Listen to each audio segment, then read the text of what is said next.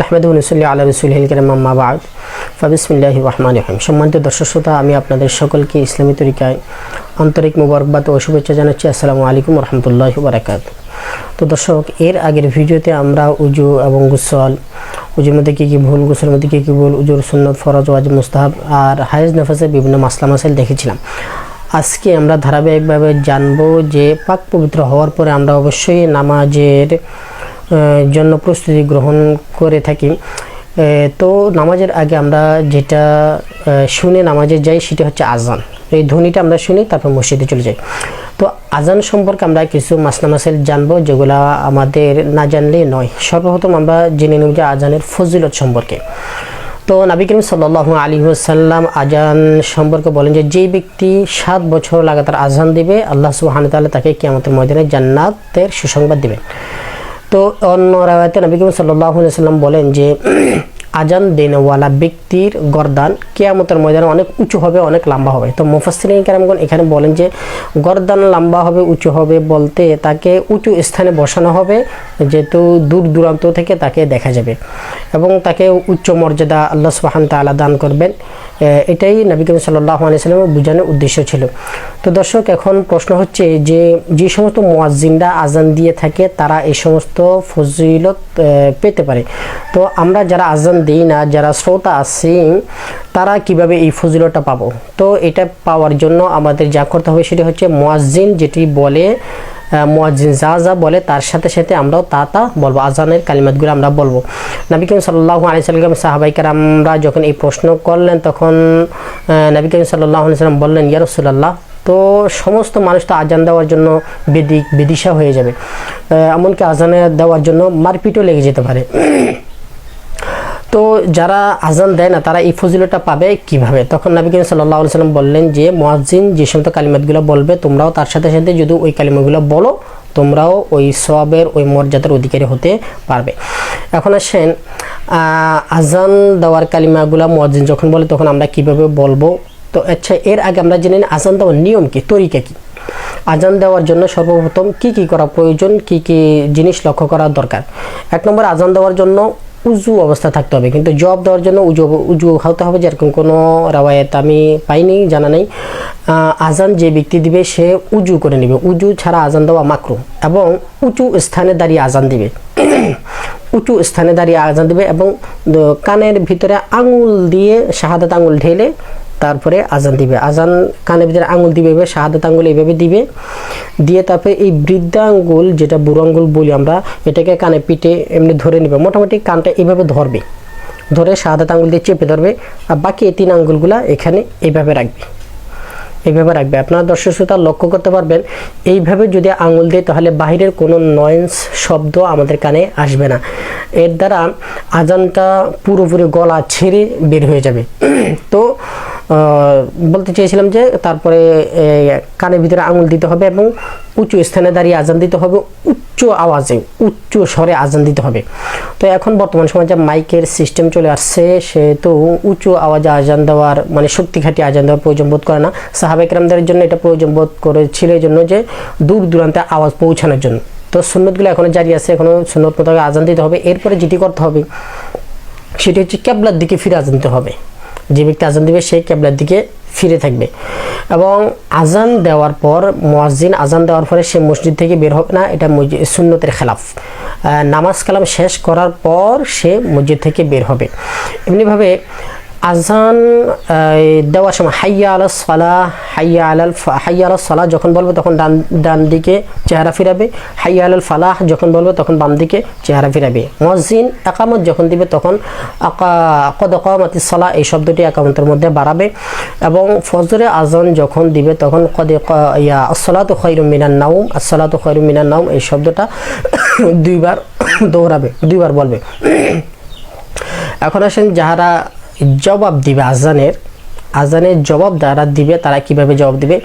তো আজানের জবাব যারা দিবে তারা মুয়াজ্জিন যে সমস্ত শব্দগুলো বলেন আল্লাহু আকবার, আল্লাহু আকবার, ওগুলা মুয়াজ্জিনের সাথে সাথে আমরাও বলবো। হাইয়া আশহাদু আল্লা ইলাহা ইল্লাল্লাহ, আশহাদু আল্লা ইলাহা ইল্লাল্লাহ মুয়াজ্জিনের সাথে বলবো, আশহাদু আন্না মুহাম্মাদুর রাসূলুল্লাহ, আশহাদু আন্না মুহাম্মাদুর রাসূলুল্লাহ, এটাও বলবো। অনেকে ওলামায়ে কেরাম বলেছেন যে নবী করিম সাল্লাল্লাহু আলাইহি ওয়াসাল্লামের নাম যখন আমরা শুনবো তখন সাল্লাল্লাহু আলাইহি ওয়াসাল্লাম পড়তে হবে, পড়াটা ওয়াজিব, এটা হাদিসে দ্বারাও বর্ণিত আছে। তো আজান যখন দিবে তখন রাসূল সাল্লাল্লাহু আলাইহি ওয়াসাল্লাম নাম শুনলে সাল্লাল্লাহু আলাইহি ওয়াসাল্লাম বলা লাগবে না, কেননা হাদিস শরীফে কিন্তু আছে মুয়াজ্জিন যা বলে শ্রোতারা তাই বলবে। তো অন্য রাওয়ায়াতে যেহেতু এটা পাওয়া যায় যে নবী করিম সাল্লাল্লাহু আলাইহি ওয়াসাল্লামের নাম শুনলে সাল্লাল্লাহু আলাইহি ওয়াসাল্লাম বলতে হবে, বলাটা ওয়াজিব। সুতরাং আমরা বলতেও পারি, আবার হাদিসে ভাষায় যেহেতু আছে যা বলবে মুয়াজ্জিন তাই আমরা বলবো, ওটাও আমল করতে হবে। দুটি আমল করলে ইনশাআল্লাহ কোনো সমস্যা হবে না। এরপরে হাইয়া আলাস সালাহ বলার সময় যারা শ্রোতা তারা বলবে লা হাওলা ওয়ালা কুওয়াতা ইল্লা বিল্লাহ। হাইয়া আলাল ফালাহ বলার সময় হাইয়া আলাল ফালাহ বলার সময় লা হাওলা ওয়ালা কুওয়াতা ইল্লা বিল্লাহিল আলিয়্যিল আযীম, এই কথা বলতে হবে। আল্লাহু আকবার লা ইলাহা ইল্লাল্লাহ। এইভাবে আজানের এইভাবে জবাব দেবো আমরা, এবং ইকামতের জবাবও দেওয়া এরকম সুন্নত।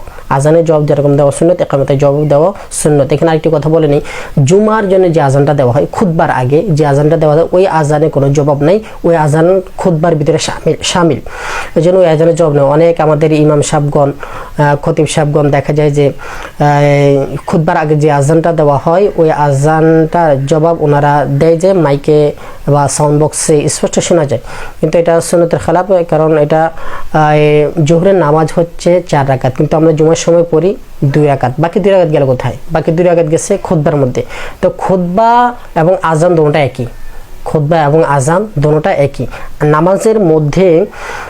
নামাজের মধ্যে যেহেতু অন্য কোনো কাজ করা যেরকম জায়েজ নাই, এরকম খুতবা চলাকালীন, খুতবার পূর্বে আজান দেওয়া আজানকালীন কোনো কথাবার্তা বলতে পারবো না, ইশারাও করতে পারবো না, কাউকে কিছু বলতে পারবো না, কেউ কথা বললে তাকে চুপ করাইতেও পারবো না। এই বাহার হলো অনেকগুলো কথা এখানে আছে। জুমার আলোচনার মধ্যে ইনশাআল্লাহ এটা আমরা বিস্তারিত বলার জন্য চেষ্টা করব।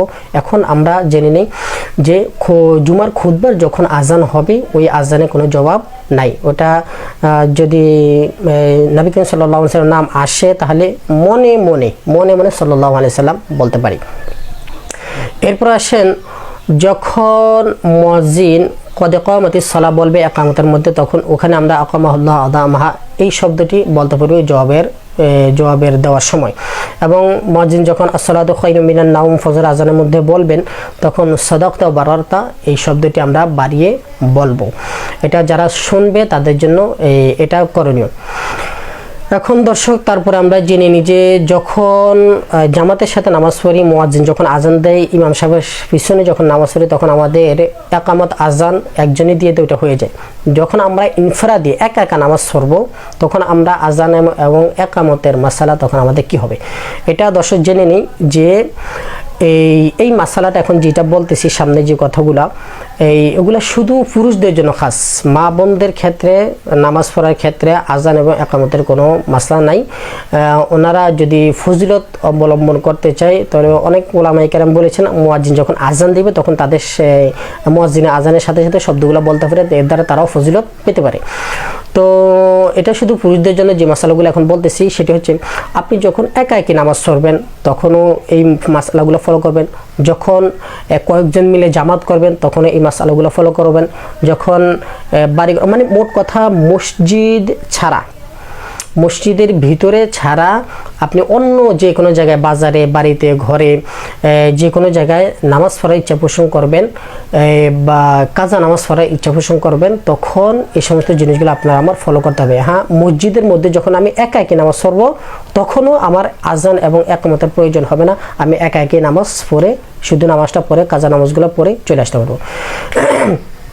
তো দর্শক শ্রোতা, যখন আমরা একা নামাজ পড়বো বা 4-5 জন একসাথে মিলে নামাজ পড়বো, জামাত সেই নামাজ পড়ার জন্য চেষ্টা পড়বো, তখন আমরা প্রথমে আজান দিব। আজান উচ্চ স্বরে দিতে হবে, যে তখন উচ্চ স্বরে দিতে হবে যে এরকম করবি না, আস্তে আস্তে আজানের কালিমাগুলো বলবো এবং একামতের কালিমাগুলো বলবো, আস্তে আস্তে বলবো, বলে তারপরে নামাজ কন্টিনিউ করব আমরা।